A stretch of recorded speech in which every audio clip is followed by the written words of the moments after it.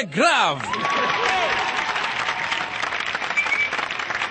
Depuis que le sommet de la francophonie s'est tenu en Afrique, ma foi, toutes nos langues nationales sont devenues comme des injures nationales. Tu arrives dans un milieu de 10 personnes dire bonjour dans la langue nationale, tout le monde ferme sa bouche, comme s'ils étaient en phase d'observation d'une minute de silence en la mémoire du pape Jean-Paul II. Tu leur tends la main, ils se dispersent automatiquement sur le champ, comme si tu leur avais tendu une ordonnance pour une demande de soutien. Même à la maternité, c'est grave. Tu donnes un nom botanique comme coup de goût à un enfant et il n'ouvre jamais ses yeux. Mais si tu lui donnes par exemple Roméo. Merci beaucoup. Mais où est Juliette? Salopard, Juliette est morte en Amérique là-bas avec le Titanic. Même les rappeurs, tu ne sais pas dans quelle langue ils rappent. Au lieu de rapper dans un français clair, ils choquent Pékin.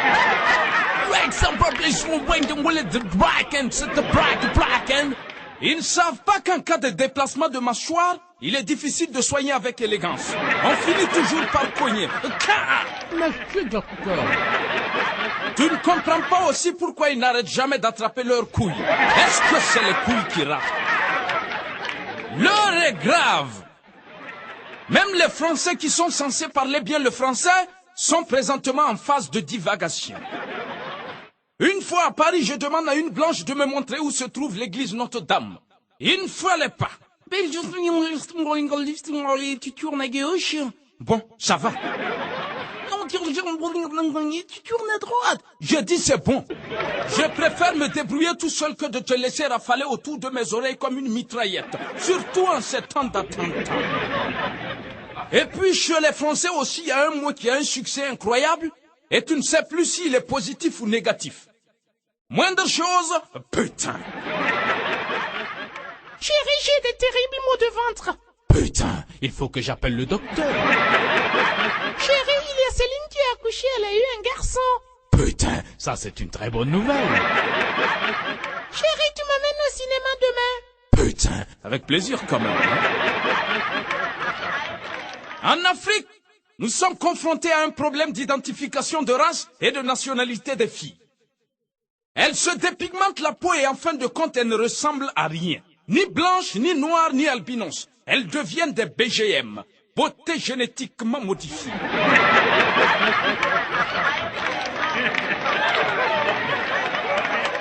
La seule chose qui est très importante dans leur beauté génétiquement modifiée, c'est que bon, dès que tu les vois, ça te donne automatiquement le top vibration bandantoire. Le succès des plats européens en Afrique a un effet secondaire sur les hommes. Tu invites une fille dans un restaurant, ça devient sauve qui peut. Sans chercher à savoir combien tu as empoché. Elle va t'allonger sa bouche comme un wagon de train transportant des bêtes sauvages vers le Ghana.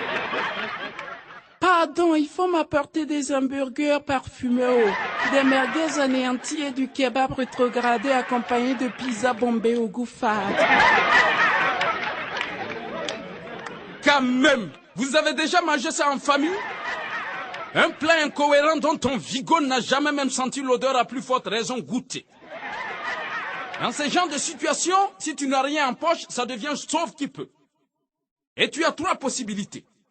Soit tu fais semblant d'aller pisser et tu rentres chez toi, soit tu piques une fausse maladie sur le champ dont aucun médecin ne peut intervenir sur le champ et tu rentres chez toi, soit tu t'appuies sur la lenteur du cuisinier déclencher une grosse bagarre et tu rentres chez toi. Dans le domaine de l'escroquerie, on appelle ça la manière du système de plan de tactique de la stratégie. C'est même légalisé là.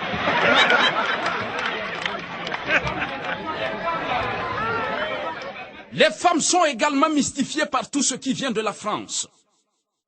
Une fois, je rencontre une dame et je dis, « Mademoiselle, vous êtes très bien habillée. Où est-ce que vous avez acheté cette robe? » En France. Et les chaussures? En France. Et les boucles d'oreilles? En France, là. Donc votre mari doit vous aimer à mourir.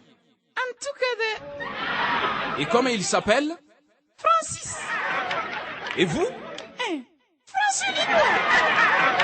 C'est là que j'ai compris tout de suite qu'aucun membre de sa famille n'a jamais porté un nom qui commence par F. Et tout ce qu'elle a porté a été acheté à Ouagadougou, plus précisément au marché de Gungue. Je dis alors, franchement, Frangine Franceline, femme de Francis de la France, un peu de franchise. Mesdames et messieurs, bon attendeur, salut!